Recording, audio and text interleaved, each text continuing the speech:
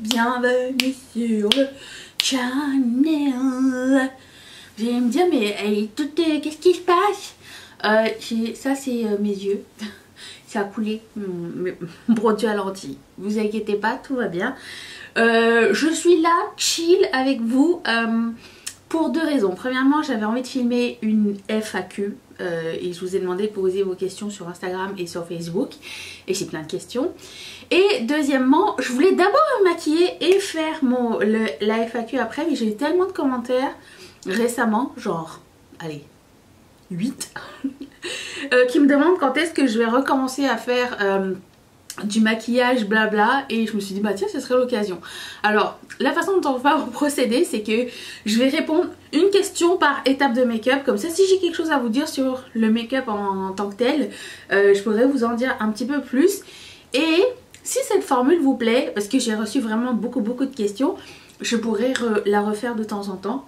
Dites-le moi dans les commentaires si ça vous dit qu'on fasse connaissance du coup, parce que j'ai pas fait de FAQ depuis super longtemps, depuis on a dépassé les 10 000 abonnés. Je suis très contente. Merci d'être là.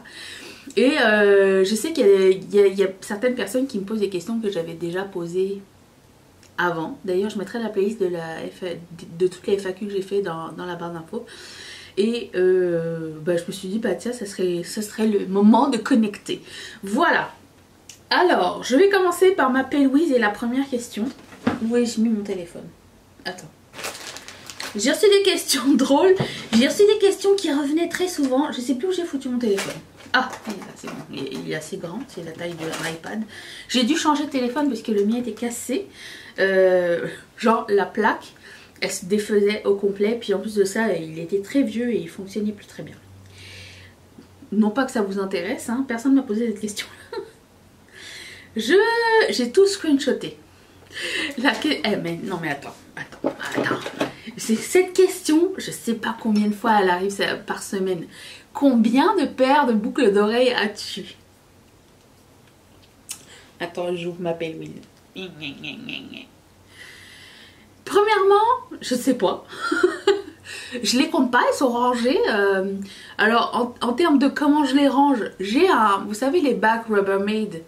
Tu sais, les bacs en plastique que vous ouvrez avec des tiroirs, ils sont dedans, mes boucles d'oreilles. Si jamais quelqu'un voulait une super inspiration de rangement, parce qu'apparemment c'est un trend, je ne suis pas la fée du rangement, hein.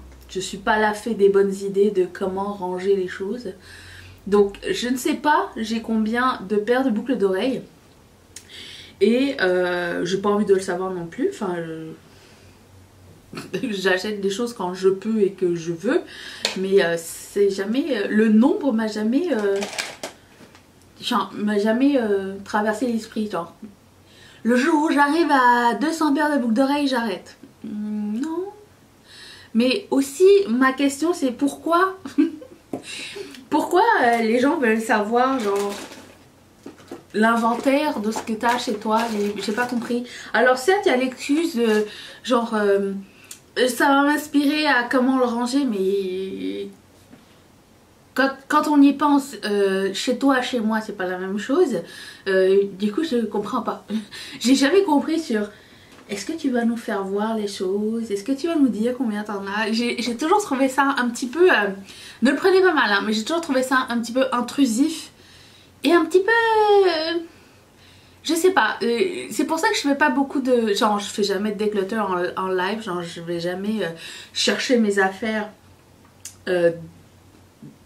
en vidéo. Je le fais toujours à côté, puis je vous fais une vidéo récapitulative sur qu'est-ce que j'ai declutter ce mois-ci. La vidéo arrive demain. Et mais j'aime pas faire ça en vidéo, j'aime pas exposer ce que j'ai, j'aime pas ce côté un petit peu voyeuriste un peu. Ça se dit voyeuriste? Ouais. J'ai jamais été à l'aise avec ça et j'ai toujours dit que je ferais pas quelque chose qui me rendrait pas confortable. J'avais fait une fois avec mes rouges à lèvres et j'ai reçu tellement de commentaires genre bons et mauvais, et des gens qui m'écrivaient en privé pour avoir des choses, et des gens qui me demandaient... Non, je peux pas gérer tout ça les gars, c'est tellement pas moi. Et du coup je suis pas à l'aise de vous montrer genre comment c'est chez moi. J'ai pas envie, c'est privé. J'espère que vous allez respecter ça, qu'on va arrêter de me demander de voir mes rangements parce que premièrement c'est pas rangé et deuxièmement bah j'ai pas envie. Une fois je l'ai montré je pense en live ou je sais pas trop mais j'ai jamais trouvé l'intérêt de ce truc là. J'ai voulu vous faire plaisir mais ça me faisait pas plaisir à moi donc passons à une autre question. Premier primer, c'est fait. Mais ça cuit, c'est normal, c'est Pélouise. Est-ce que tu as toujours vécu au Canada? Non, je n'ai pas toujours vécu au Canada. J'ai eu beaucoup de questions au sujet du Canada. Ça ne me dérange absolument pas. J'utilise la palette chouchou. On va faire un truc genre Allo Aïe assez simple. Ça part toujours comme ça. J'ai pas toujours vécu au Canada. Avant j'habitais en France. Je suis née en France en fait. Et j'habite au Canada depuis que j'ai l'âge de 14 ans je crois. Donc j'ai vécu plus souvent ici qu'en France. Et j'ai reçu pas mal de questions au sujet du Canada, je vais y revenir. J'ai de la colle à fossile partout. D'ailleurs on m'a posé pas mal de questions au sujet de comment faire quand on arrive au Canada, les papiers, nanana. J'en ai aucune idée, je les ai pas fait parce que c'est mes parents qui les avaient fait à l'époque dans les années 80. Je sais pas pourquoi ils étaient visionnaires apparemment. Et c'est moi qui ai décidé de partir après mon brevet parce que je voyais pas trop de... Je voyais pas de futur pour moi ici en France. Et voilà, donc j'ai décidé de m'en aller et j'ai vécu chez mes grands-parents pendant 2 ans, enfin mes parents me rejoignent. Mais c'est pas mal tout ce que je sais. Je peux pas vous dire comment l'adaptation de trouver du travail quand on est immigrant ou quoi, j'en sais absolument rien puisque j'ai fait l'école en fait ici. Je suis arrivée ici, je suis arrivée à l'école. Donc c'est... Ah non, non. Quel a été ton parcours avant d'arriver au maquillage? Je pense que j'ai fait une vidéo aussi à ce sujet. Alors mon parcours. C'est pour ça que je fais pas de FAQ, je pense que je me prends pas assez au sérieux. Mon parcours, ça a été... J'utilise un pigment de Colourpop du temps où je faisais des pigments. Cette couleur est magnifique, elle s'appelle Quicksand. Elle est avec des petites paillettes à l'intérieur. Parlons pas de sujet qui fâche puisque ça n'existe plus. Mon parcours, j'ai fait, donc comme je disais, j'ai fini la 3e en France et après ça j'étais arrivée ici, j'ai fait mon école secondaire. Ensuite de ça, après l'école secondaire tu peux choisir, c'est comme un peu comme un lycée, après, genre vers le niveau lycée première, par là, second, il y a pas, les équivalents sont très difficiles à comprendre. Tu peux choisir la voie vers laquelle tu aimerais étudier. Ça c'est quand tu as 18 ans, hein. Le temps que tu arrives genre à 25 ans, ta vie a changé, hein. C'est plus la même chose. Mais écoute, il t'offre quand même de te guider vers quelque chose qui pourrait éventuellement te plaire, histoire de te garder aux études pendant 2 ans minimum. Donc moi je me suis dit tiens je vais faire arts et lettres communication. Au début je voulais faire finance. Ça m'aurait peut-être aidé hein, aujourd'hui, mais écoute. Non. J'ai voulu prendre arts et lettres communication, donc j'ai fait tout ce qui est genre journalisme, télé, radio. À l'époque, il n'y avait pas genre les réseaux sociaux, hein, on parle des années... fin des années 90. Donc il n'y avait pas tout ce qui était... C'est beau ce pigment. Donc il n'y avait pas... les réseaux sociaux, tout ça, c'était genre vraiment très basique, mais j'ai appris vraiment beaucoup de choses, ça m'a passionné, c'était vraiment ce que je voulais faire. Mais le problème c'est que, c'est que j'avais rencontré un garçon qui habitait en France, donc après ça je suis retournée habiter en France, où j'ai fait des études de secrétariat, histoire de me trouver un boulot. Puis je me suis rendu compte que je n'étais pas faite pour le travail de bureau. Et du coup ce que j'avais fait c'était, j'avais commencé à l'époque à créer des bijoux et puis après ça c'est devenu mon travail. Je créais des bijoux de la maison quand j'étais en France.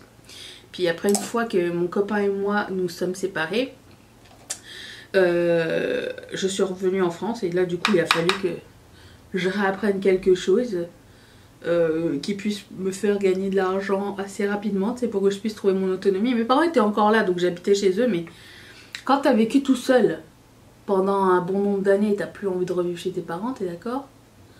Bon, et ben là il a fallu que je trouve un truc assez...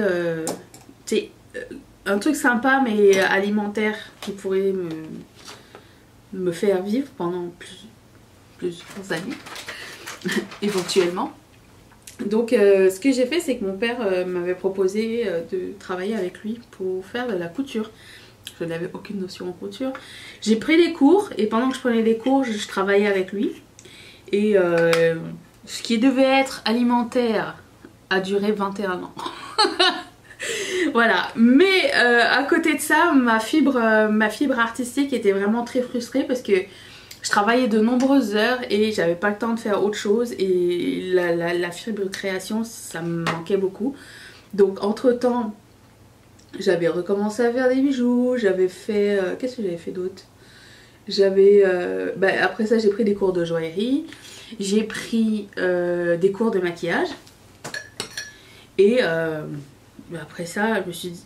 En fait, au moment où j'ai pris les cours de maquillage, je me suis dit... Oh, ça serait cool que je puisse faire une chaîne YouTube. J'étais rendue à cette époque-là. Mais je me sentais comme le syndrome de l'imposteur dans le sens où j'allais venir ici parler de maquillage, mais j'avais aucune notion sur ce que c'était. Et puis finalement, j'ai parti ma chaîne, ma première chaîne qui n'existe plus. Et c'est gros ces paillettes.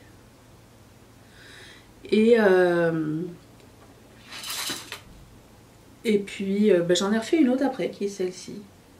Oh, c'est tombé. Voilà.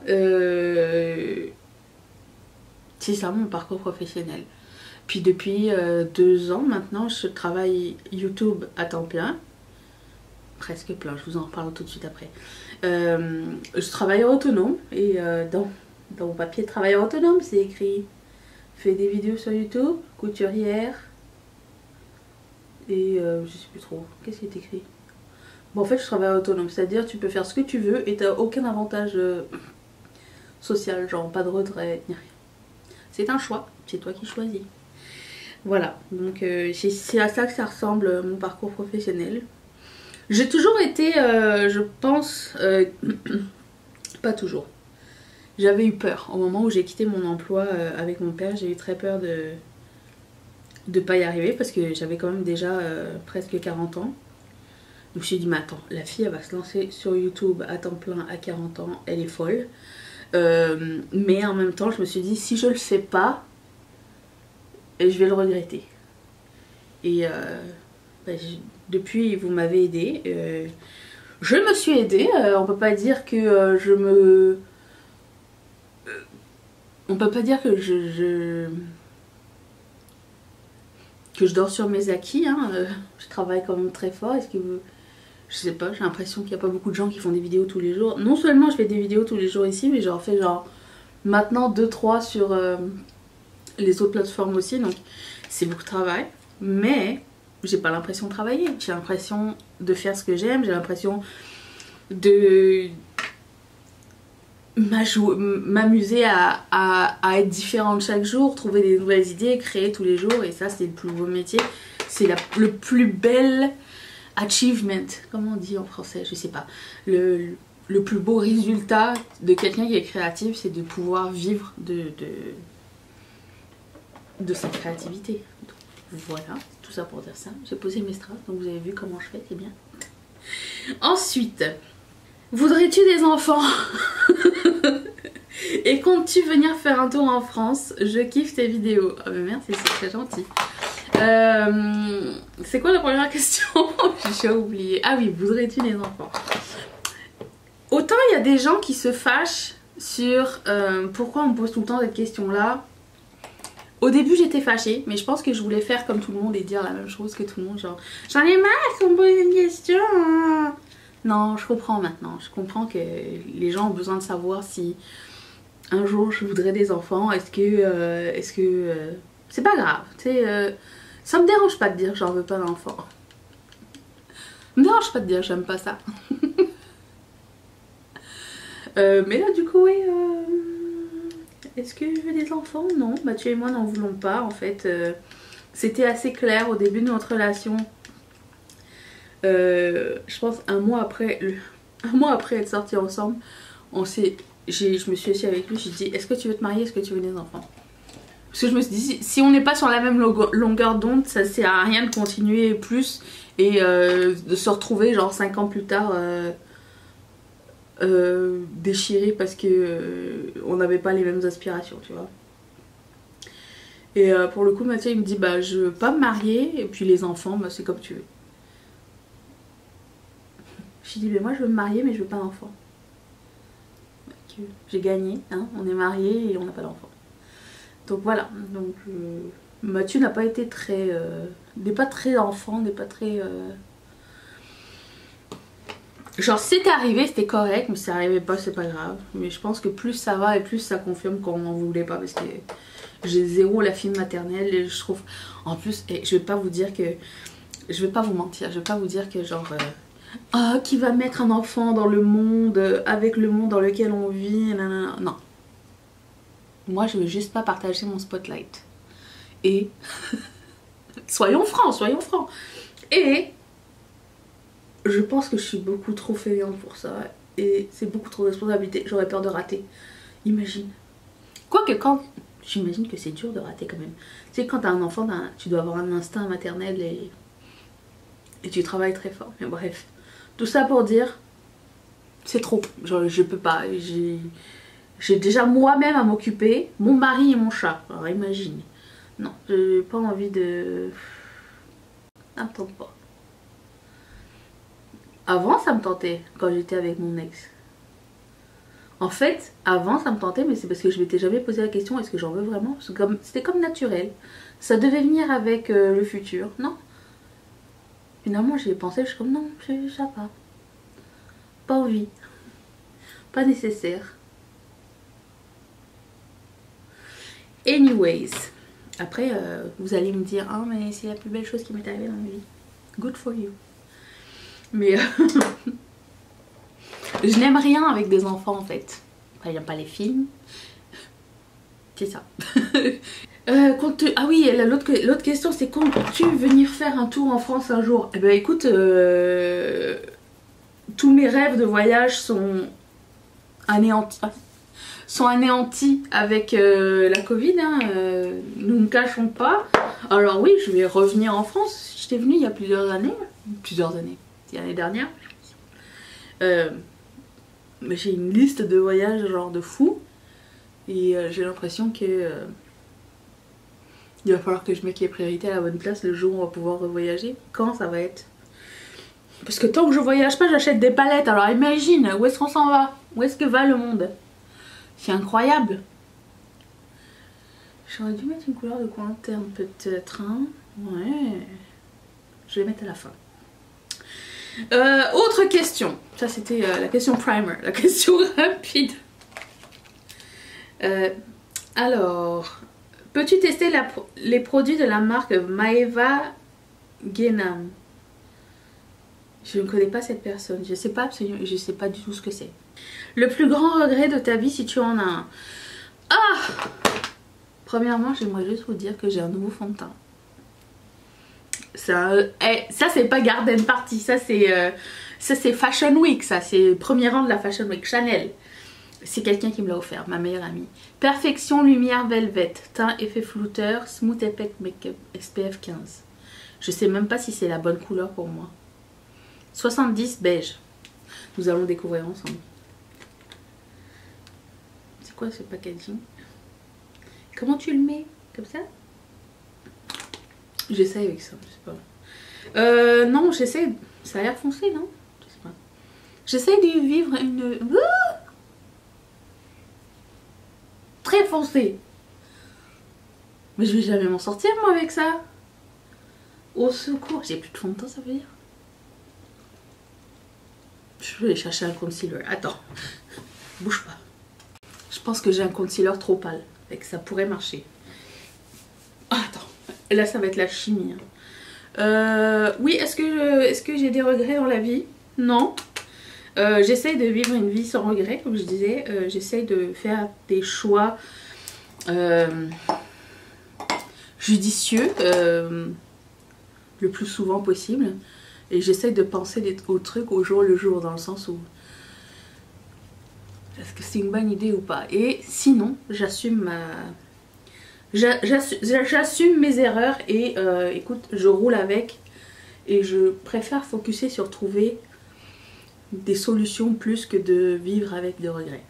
Donc ça, je sais pas de quelle couleur je vais être à la fin de cette vidéo. Moi qui avais fait une vidéo VIB hier en disant j'ai besoin de rien d'autre. Peut-être que je devrais glisser un fond de teint dans ma liste. C'est pas la même couleur. Je ne sais pas, je n'ai pas d'opinion sur ce fond de teint encore.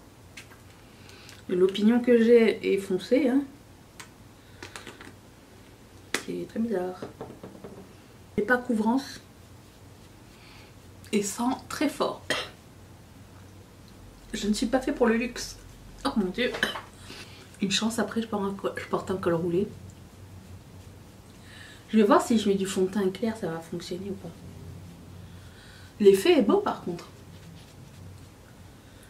Peut-être pas avec une beauty blender, hein, je vous dirais.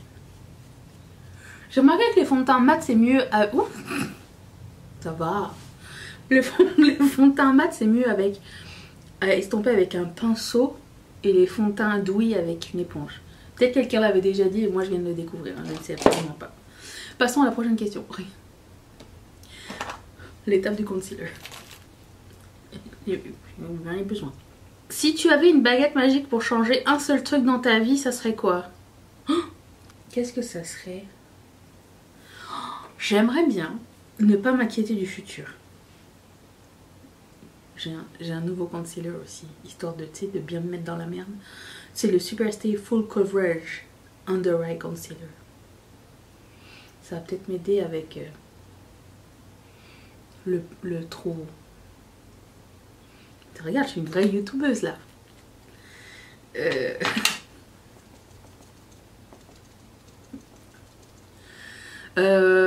Ouais, j'aimerais bien ne pas m'inquiéter du futur. Ni le mien, ni celui de mes proches. C'est-à-dire que j'aimerais bien que tout le monde puisse être, entre guillemets, mis à la retraite pour toujours. Et ne plus s'inquiéter à savoir est-ce qu'ils vont réussir à joindre les deux bouts un jour ou pas. Je pense que ce serait ça. Ce serait comme l'objectif d'une vie, genre. Ça serait trop génial. Tu te réveilles demain, tu as 1 million d'abonnés. Tu fais quoi? Donc argent, notoriété, etc. Premièrement, même si je vous dirais que il est frais du jour. Il n'y en a plus maintenant sur le site. Même si je vous dirais que j'ai hâte d'arriver à 1 million d'abonnés. Ça va pas arriver tout de suite, mais écoute, hein, on a le temps quand même. Premièrement, j'aurais peur. J'aurais vraiment peur que tout genre... tous mes faits et gestes soient mis sous une loupe. Parce que je vois des commentaires des gens qui critiquent les gens qui réussissent. Et ça fait peur parce que tu sais pas comment ils vivent vraiment ces gens-là en fait. Et j'ai pas envie. Moi je suis un people pleaser. J'ai envie que tout le monde soit toujours content. Je me regarde toujours là quand je parle, mais je te parle à toi, t'inquiète. Je veux que les gens soient toujours contents. Je veux faire plaisir à tout le monde. Je veux que tout le monde m'aime surtout. Et arriver à 1 million d'abonnés. Déjà que là je reçois quand même de temps en temps des commentaires louches. Bah, imagine à 1 million d'abonnés, à combien de fois tu te fais harceler dans une seule journée. Oh, ah non, ça doit être l'angoisse. Je sais pas. Hein. Je sais pas si on est prêt pour ça dans une vie. Peut-être après c'est graduel, genre tu t'en rends compte au fur et à mesure. Tu dis bon bah ça vient avec, puis tu ignores. Ou... Mais des fois ça blesse quand même. Tu sais, j'aimerais bien que ça blesse pas, mais et que tu t'en foutes et que tu focuses sur... les commentaires gentils, mais qu'on le veuille ou non, c'est les commentaires vilains qui restent en tête et qui restent longtemps. Mais bon, Faudra faire avec, j'imagine. Je pense que je profiterai de cette notoriété pour faire essayer de faire les bonnes actions et essayer de rester le plus humble possible. Je sais pas si c'est possible rendu là, mais j'essaierai de passer les meilleurs messages possibles, mais il y aura toujours quelqu'un qui ira te pointer et dire que c'est pas authentique ou donc je ne sais pas. Avec les sous, bah écoute, c'est ce que j'ai dit avant, j'essaierai de mettre premièrement ma famille à la retraite et en plus de ça j'essaierai de faire du bien autour de moi. Ça serait cool. Si je pouvais essayer d'en mettre quelques-unes d'entre vous en retraite aussi, ça serait sympa. Voilà. Quelques-unes ou quelques-uns. Hein. Tout le monde est accepté ici. Oui, alors ça c'est nouveau dans ma routine. Parce qu'au cours de ma journée, le crayon Colourpop est tellement gras que je perds la queue. C'est dommage. De mon sourcil et du coup bah, je le fixe avec un peu de poudre brune. Si jamais vous vous demandiez ce qui s'est passé. Il faudrait que je le rase ici. Tout est sec. Est-ce que vous... Il est pas mal hein, quand même ce teint. Je trouve que le combo des deux est cool finalement. Ça va hein. Bon. Vous avez un aperçu de ce qui s'en vient pour... Mais donc j'ai l'impression que ça tire quand même. Hein. Je vais peut-être mettre un petit coup de pchit à la fin. Et elle va mettre de la poudre bien sûr après avoir dit ça. Vous avez un aperçu de mon prochain project pan du coup. La tâche ménagère que tu préfères et détestes le plus. Je n'aime faire aucune tâche ménagère. Sauf passer l'aspirateur, je pense que c'est satisfaisant quand tout est gobé dans ta maison. Et ce que je déteste c'est la salle de bain. C'est Mathieu qui le fait. As-tu pour projet de déménager un jour, une maison par exemple? Bah écoutez, nous avions comme projet de déménager l'an prochain. Non, la Covid ne veut pas que l'on bouge de où nous sommes très bien hein, d'ailleurs. On aime beaucoup notre appart et le voisinage, le quartier où on aime vraiment, mais... tiens, je vais finir mon coin interne avant d'oublier. Mais, comment vous dire? Ce serait cool qu'un jour on ait notre propre maison. Encore là, ça dépend de comment va évoluer ma carrière. Dans le sens où, oui, je suis mobile, mais j'ai aussi un petit travail à côté, un petit contrat, dont je vous parlerai incessamment sous peu, puisque tout le monde m'a posé des questions à ce sujet. Donc, juste pour clarifier avant d'arriver à mon contrat, c'est que comme je travaille autonome, je travaille sur contrat. Je ne suis pas genre, je ne reçois pas genre de... Comment dire, je n'ai pas un travail, un CDI, j'ai un CDD, comme je veux, genre. Je voulais ça pour être un peu plus libre, je voulais pas être déclarée comme employée, parce que si j'avais envie de voyager, pas aller travailler, s'il y a du verglas, si ça me tente pas, j'ai pas envie d'aller travailler, bah j'y vais pas, ok. C'était un peu l'idée, c'était la liberté. Et du coup, l'année dernière, j'avais cumulé 3-4 contrats comme ça, je travaillais énormément pour pouvoir nous faire vivre ensemble, donc qu'on puisse que je n'ai pas besoin de dépendre sur Mathieu, mais je me suis rendu compte que bah, c'était beaucoup et puis maintenant je fais des vidéos tous les jours, donc il fallait que je choisisse un petit peu et j'ai choisi de slacker un petit peu, de travailler un petit peu moins à l'extérieur et travailler plus à la maison, ce qui est mon... Tous les jours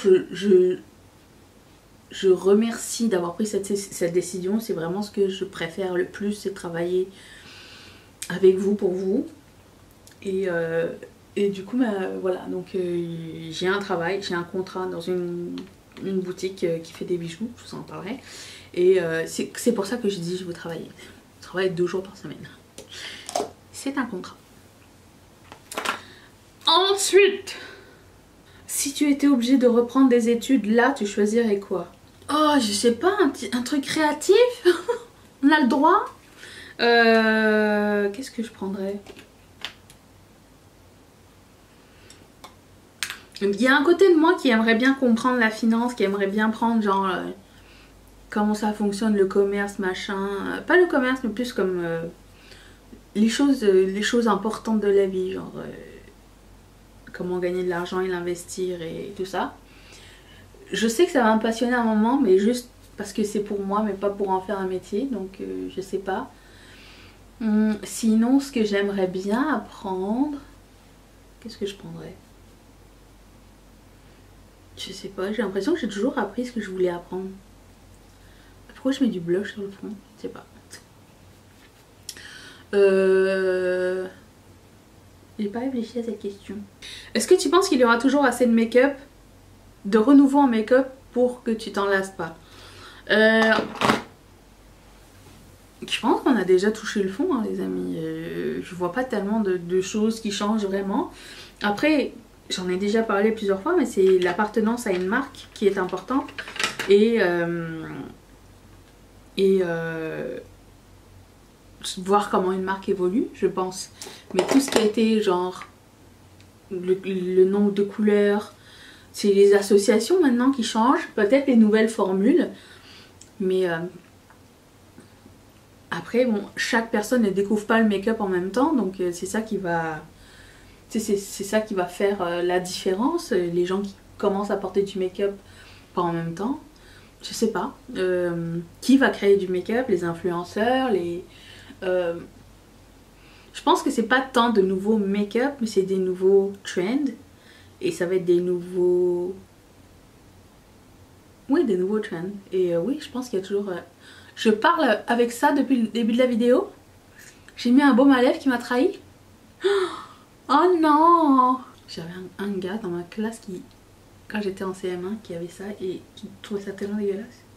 Après c'est une condition, hein. On n'est pas tous fait pareil. Mais bon bref, ouais, j'espère qu'il y aura toujours du make-up qui va nous exciter, je pense. Mais s'il n'y a plus de make-up, il faudra un plan B. J'ai un plan B. Et c'est une question, attends, si tu devais habiter dans un autre pays, ça serait où? J'aimerais bien retourner en France à un moment donné, quand je vais être plus vieille. Mais peut-être pour les vacances, peut-être une maison de campagne, ça serait cool. Ça a l'air compliqué d'acheter une maison quand même. Mais bon bref. Oui, si je devais changer de pays, ça serait la France. J'aimerais bien retourner quand je serai vieille, c'est sûr. Mais est-ce que c'est obligé? Non. Mais ici les hivers sont rudes, hein. Donc si je vais en France, j'irai genre dans le sud, là où il fait chaud. Ouais, je pense. Je vais me changer, je reviens. Attends. Bon. J'ai commencé à mettre mon rouge à lèvres. Je me suis dit je vais tracer tant que je suis hors caméra. Je peux pas parler en même temps et j'arrive pas à le faire. Donc je vais mettre ce rouge à lèvres de Givenchy, que Givenchy m'a envoyé. Et ça tombe bien parce que ça fit avec la dernière question que j'ai reçue. Enfin, pas la dernière, la dernière question dont on va parler aujourd'hui. Attendez. J'apprécie de plus en plus overliner mes lèvres. C'est juste une histoire de proportion, je pense. Ok. La question c'était... Attends, comment je me suis retrouvée sur la liste PR, c'est ça? Attends, je me rappelle déjà plus. Comment as-tu attiré sur les listes PR et ton rapport aux marques?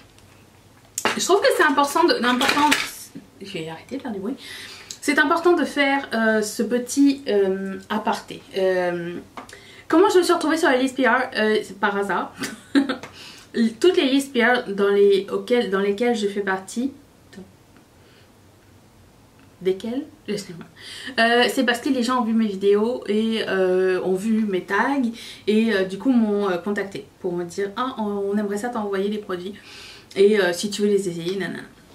Il y a une différence entre être sur une liste PR et recevoir des produits à tester à la maison contre aucune contrepartie. Et il y a aussi des gens qui veulent t'envoyer des produits pour que tu fasses une vidéo complètement dédiée à ce produit là avec des punchlines des guidelines que tu dois mettre dedans et des liens que tu dois mettre dedans. Ça, je refuse. Ça s'appelle un partenariat et ça s'appelle tu devrais payer pour faire une vidéo pour une compagnie. C'est un travail. Tu t'assois, tu filmes une vidéo, tu as des talking points, ça s'appelle faire une publicité et ça devrait être payé. Malheureusement, on vit dans un monde où les influenceurs se font berner et les marques s'en mettent plein les fouilles en se disant bah je vais leur envoyer 3 produits, ils vont bien faire une petite vidéo sur Instagram ou sur Facebook ou sur leur chaîne YouTube. De toute façon c'est un produit gratuit, ils vont être contents. Tant que les gens vont continuer à accepter cette merde, les compagnies vont en profiter. Donc moi je veux faire partie des gens qui n'acceptent pas. J'ai été approchée par plusieurs marques, dont Shein, qui m'a dit ah, on aime bien tes vidéos, si on t'envoyait des vêtements gratuits tous les mois, est-ce que tu peux faire des vidéos, mettre ces liens là, nanana. Ils m'ont pas demandé de dire telle chose encore, parce que je suis pas rendue à l'étape d'après. À quoi ça me sert d'avoir 20 trucs de vêtements par mois, faire un try-on et après ça si ça va pas et après ça si j'aime pas, tout ça pour faire une vidéo gratuite pour eux, ça me tente pas. Et il y a énormément de compagnies qui font ce genre de procédé, dont une compagnie que j'aime bien et j'ai refusé parce que j'avais pas envie de faire une vidéo exprès sur Instagram pour parler de leurs produits, même si je les utilise, c'est du travail en plus. Il faut que j'ai expliqué mon cas, je fais quand même 7 vidéos par semaine, 3-4 vidéos sur Instagram par semaine, c'est beaucoup de travail. Si tu veux que je tranche ce travail là pour faire ton travail à toi, j'aimerais bien être rémunérée. Si la compagnie dit oui, tant mieux. Si elle dit non, bah écoute, c'est pas grave. Il faut qu'on se mette en tête que les compagnies ne sont pas nos amis. Les compagnies sont là pour se faire de l'argent. Les PR ne sont pas nos copains. Ils sont là pour vendre quelque chose. Donc, il faut qu'on arrête de mettre ce lien de genre... je me sens prestigieuse parce que telle marque m'a mis sur son wall ou whatever. Non, moi dans ma tête ça reste toujours c'est business quand il s'agit de ça. Je veux que ma chaîne reste une chaîne de passion. J'ai l'impression d'avoir tout le temps des rouges à lèvres sur les dents.